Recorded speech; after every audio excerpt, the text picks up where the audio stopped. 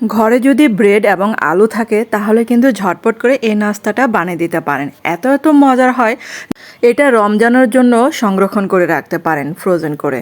আসসালামু আলাইকুম সবাইকে। তারপর এখানে দেখেন আমি কয়েকটা সিদ্ধ আলু ভালো করে ম্যাশ করে নিচ্ছি। আর এই নাস্তাটা করতে কিন্তু বেশি সময় লাগে না, অল্প সময় কিন্তু এই মজার নাস্তাটা করে নিতে পারেন।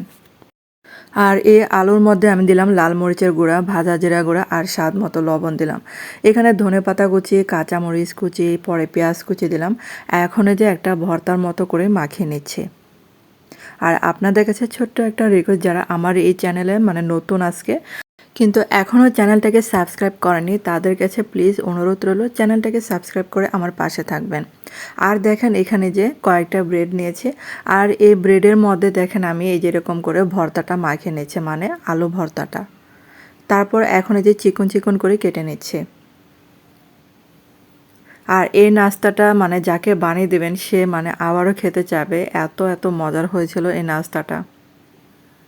এখন দেখেন একটা ব্রেডের আমি 3 ভাগে ভাগ করে নিয়েছি, যেরকম ব্রেডের সাইজ থাকবে সেই অনুযায়ী আর কি এরকম ফালি করে নেবেন, আর কি কেটে নেবেন। তারপর এখানে 2টা ডিম আগে থেকে ফেটে নিয়েছিলাম। এখন এই যে ডিমের মধ্যে গড়িয়ে তারপরে যে ব্রেড ক্রাম করেছিলাম এখানে, যে ব্রেডের যে ইগুলো থাকে সেগুলো দিয়ে একটু ব্রেড ক্রাম করে নিয়েছিলাম। তারপরে যে আবার ওই যে আরেকটা এরকম করে গড়িয়ে নিয়েছে ব্রেড ক্রামে। আর এই যে সবগুলো কিন্তু সেমভাবে করে নেব। তারপরে যে আমি যে কয়টা করেছি আর কি 3টা ব্রেডের এই কয়েকটা হয়েছিল।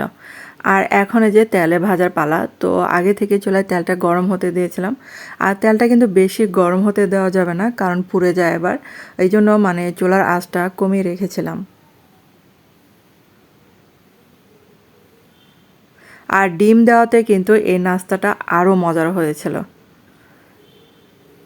তারপরে যে এখন এক পাশ করে উল্টে দিতে হবে। আর এগুলো কিন্তু ভাজার সময় একটু নরম নরম থাকে, তাই সাবধানে উল্টাতে হয়। আর এগুলো এখন ভাজা হয়ে গেছে, তো চুলা থেকে নামিয়ে ফেলছি এখন।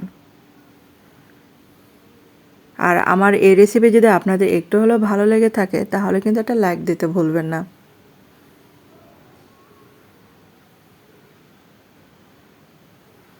এখন এই যে আরও কয়েকটা ভেজে নিয়েছি, তো একটা দেওয়ার সময় অবশ্য একটা ভেঙে গিয়েছিল, এই জন্য কিন্তু একটা ভাঙা আছে এখানে। আর ঘরে তো আমাদের কম বেশি ব্রেড থাকে, আলু থাকে। এই নাস্তাটা যদি করে দেন দেখবেন যে কাড়াকাড়ি শুরু হয়ে যায়, কারণ এতটা মজার হয়েছিল, কারণ আবার ডিম দেওয়া হয়েছিল, সব মিলিয়ে অসাধারণ হয়েছিল এই নাস্তাটা। তো একবার হলো ট্রাই করে দেখতে পারেন এই নাস্তাটা। আর এখন এই যে সবগুলো চুলা থেকে নামিয়ে ফেলেছি, আর আমার এই যে ব্রেড আর আলু দিয়ে নাস্তাটা। আর কেমন হয়েছে আমার এই রেসিপিটা আজকে কিন্তু কমেন্ট করে জানাবেন, এবং বেশি বেশি করে কমেন্ট করবেন। আর ধন্যবাদ সবাইকে এতক্ষণ আমার ভিডিওটা দেখার জন্য। ভালো থাকবেন, সুস্থ থাকবেন।